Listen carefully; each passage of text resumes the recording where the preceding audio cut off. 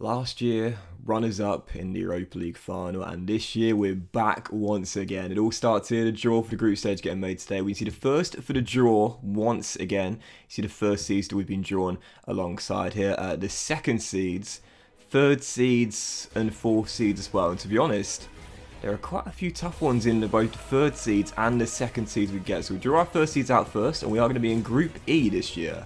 Obviously, we can't get Everton, but I'm hoping to avoid Lille and Besiktas. Lille have gone, and we've got Celtic in Group E. That's funny because we had Celtic in our Champions League group a couple of years ago. And as for the third seed, I'm looking to avoid Bilbao and Torino. They're both still available. And we've got Anderlecht, the Belgian side, who, as we know, are great at developing youth players. Fantastic youth setup. And the fourth team is Strasbourg of France. So that's a really interesting group there. You got Celtic, Strasbourg, and Anderlecht in Group E. And just like last year, I put us as favourites, but I'd never call that an easy group. No way. So interesting because the media have said once again we've been handed an easy group just like last year. But if you remember, whilst we did top the group, it was only on the goal difference over Levante, who of course we ended up meeting in the knockout stages. But yeah, okay, so Group E. And again, I wouldn't call that an easy group myself, but I would say we're favourites for it. Bring it on. Yo guys, what is going on, and welcome back to another episode of the FM Reboot. It's episode number 50, can you believe it? And today we're returning two big games with Wolves as face Celtic at home in the Europa League group opener, and then Manchester City at home in a big battle for European football so early on into this season. Before we get to the games though, shall always be getting on off camera.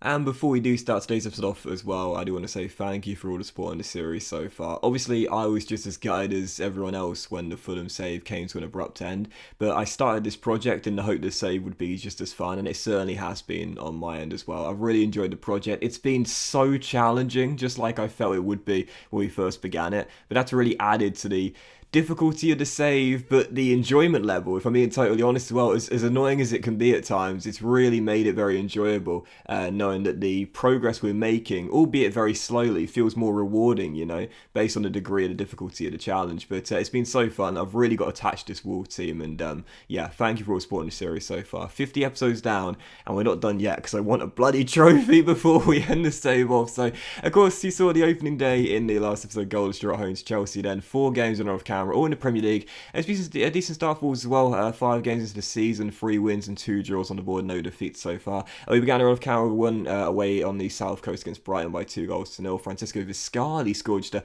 minute into the season. Definitely going to get more game time this season, Viscardi, and battle with Jimenez for our second choice striker behind Silva. Pedro and Neto made it 2-0, and after Brighton went down to 10 men in the second half. That sort of saw the game out for us, if you will. Then following that 1-1 draw at home to Liverpool, we saw Jimenez get a goal disallowed early before Salah put the Reds in front, but 15 minutes to go, Pedro Neto bent in this beauty from 25 yards. He had big interest from Real Madrid and Juventus in the summer. I managed to keep him here. So glad I did as well. Could have got around £80 million for the guy, but to be honest, I think he's worth more than that. I really do. So 1-1 draw there. And following that, huge 3-0 win in North London against Spurs, who started the season off really, really poorly. So I guess it wasn't too surprised the routine victory here at the Tottenham Hotspur Stadium. Keita goes to lead 17 minutes in, first goal of the season. Lovely strike as well. As we know, this guy is now a long-term successor for Neves, and he started the season off well. Silva made it 2-0 directly afterwards, connecting with Max Aaron's through ball, and then Neto once again 2-2 for Pedro, made it 3 right before the break after a nice solo run. And our final game off camera was another win away from home, 2-0 in the North East against Newcastle United. Fabio Silva a minute into the game, giving us the lead, his second goal of the season, and then right before the break, Diogo Jota made it 2-0 in a very comfortable victory at St James Park. So you look at the league table right now, again, 3 wins in our first 5 games, 2 draws and 0 defeats on the wall, puts us in 6th place. And I always say, when we're so early onto the season, you can't really read too much into this. Only 5 games in, but a surprise package though, I will give props here. West Ham, 4 wins in 5, 13 goals on the board already, and haven't tasted defeat yet, and topped the tree.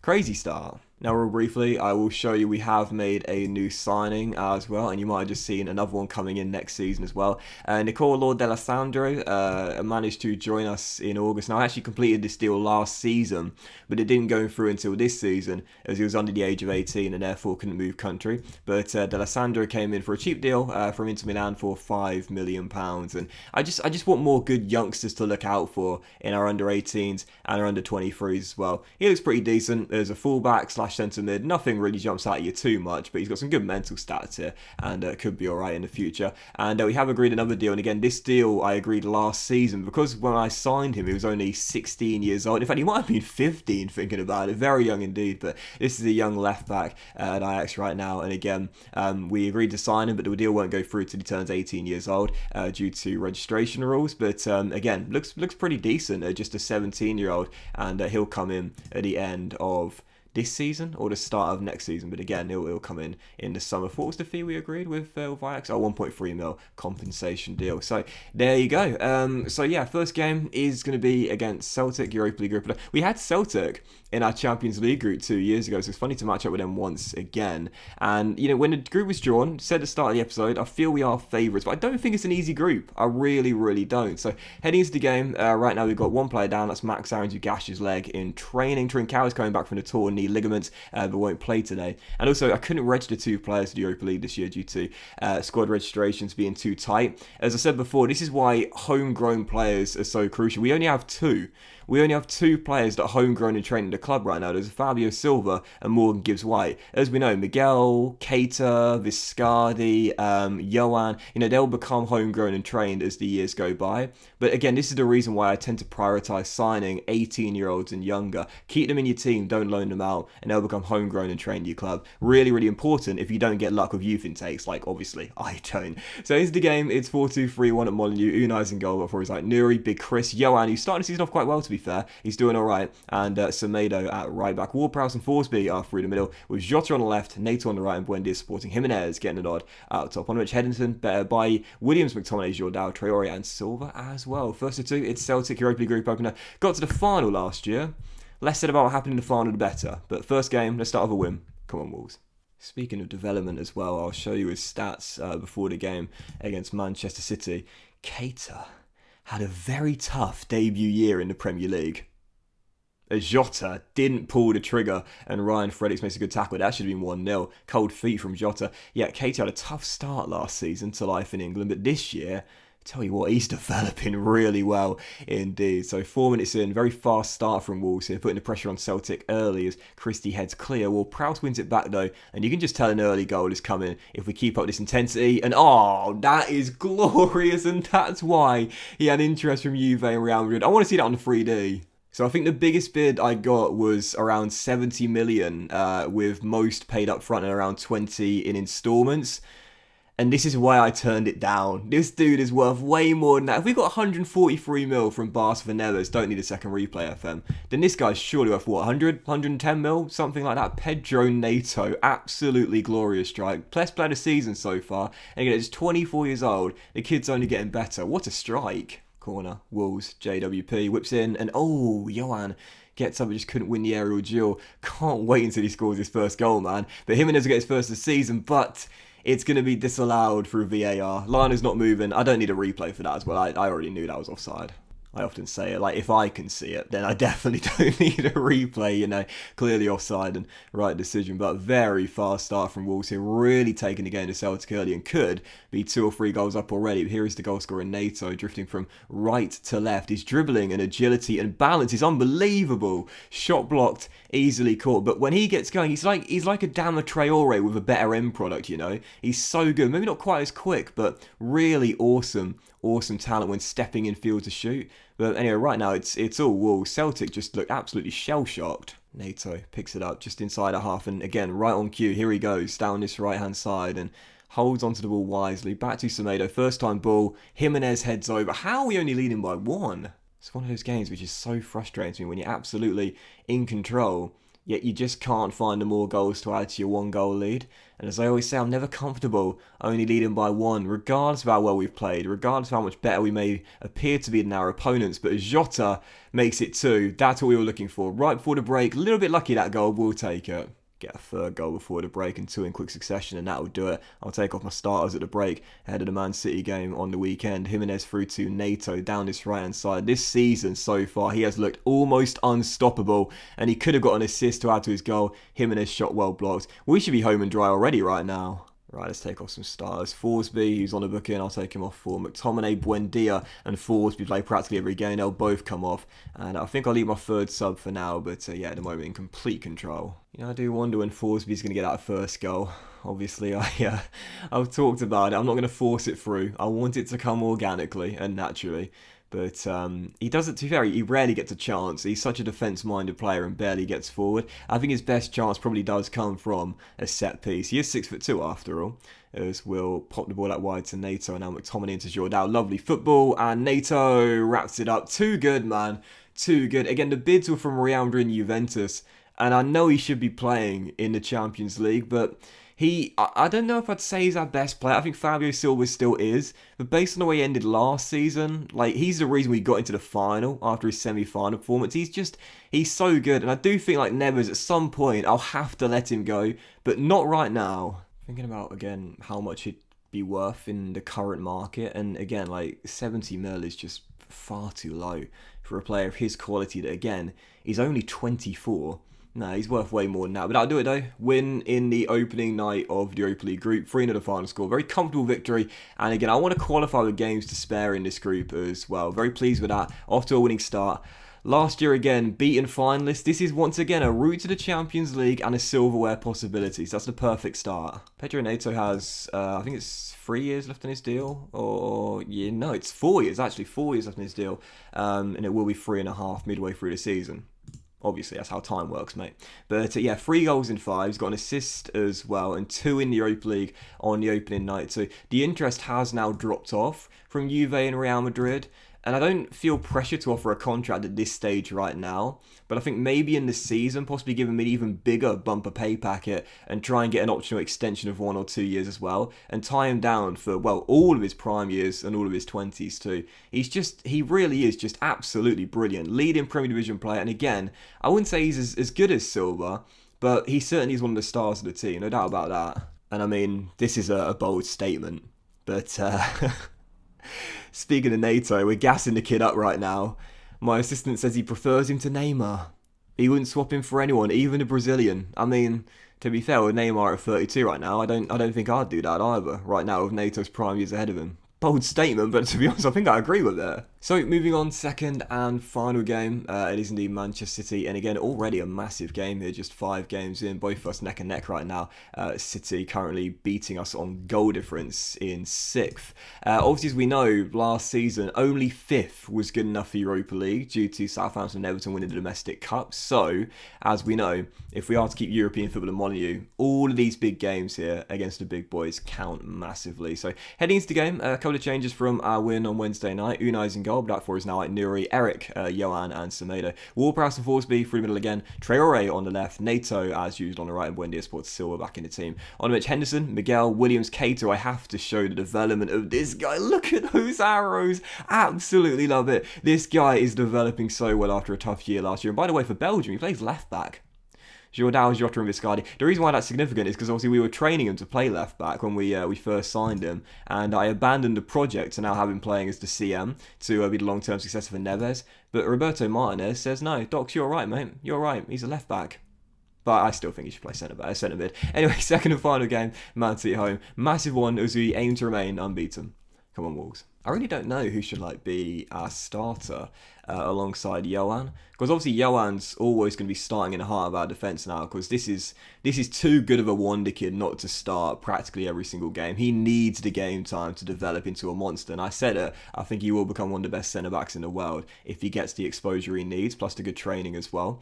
But Big Chris or Eric, I really don't know, because Big Chris, again, similar sort of mould, good passer out from the back, but Eric is a no-nonsense centre-half. You always want a really physical type of player. Oh, what a goal. Alongside a technical player. But anyway, Man City in front. Nothing Johan or anyone can do about that. It's a glorious strike.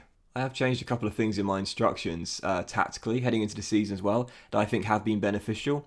But whether your tactics are poor or not, there's not really much you can do about that. Glorious drive from 25 yards. Man City going front. And again, I've mentioned it many times before, and I'll say it once again, whenever I take on a big team, and, after this season, starting off with decent results against Chelsea and Spurs and Liverpool, no losses in those first 3 big games, I still don't feel... Sorry to interrupt myself, but how good is this guy? Come on! Scored an absolute beauty against Real Sociedad. Look at the angle he's got to work with there, and yet he still bends it in. Sorry, I forgot my train of thought there, but James Ward-Prowse with the 20 free kicks, the 19 corners. From dead ball situations, this guy is literally just lights out. And I said it in the season finale against Sociedad, and I'll say it again. If you're like a mid-table, top half Premier League side, this is a guy you can't afford not to sign. He's unreal to have in your team as a different sort of option, you know? Energetic, great passer of the ball, good mental stats, but again, his speciality, those dead ball situations. I would say 80% of the goals or assists he's got since signing for us have come from either free kicks or corners. Guy just does not put a foot wrong. Oh my... Sign him! Sign him! What's that, 30 yards? 30 yards? And I mean, let's be honest here, I'm not entirely sure what type of animation that was from Edison, but even so, point proved on cue. Unbelievable. Are we going to shit out a 2-1 victory against Man City? When, let's be honest here, we've not played especially well. We've just scored 2 beauties from James. Going to bring on Jota and pop Traore out to the right-hand side as Nato's getting a bit too tired now on a booking. This will be a huge win, and it will take us into the top 4 as well, maintain our unbeaten start. We're almost there. No. Lamar's corner, headed over by Coop Miners. This would be huge if we can hang on to this, man. We've got such a big habit of throwing away leads against big teams in late game situations, but this season, I don't know why, and I talked about it in the season over, but I just feel differently this year. I feel a lot more confident.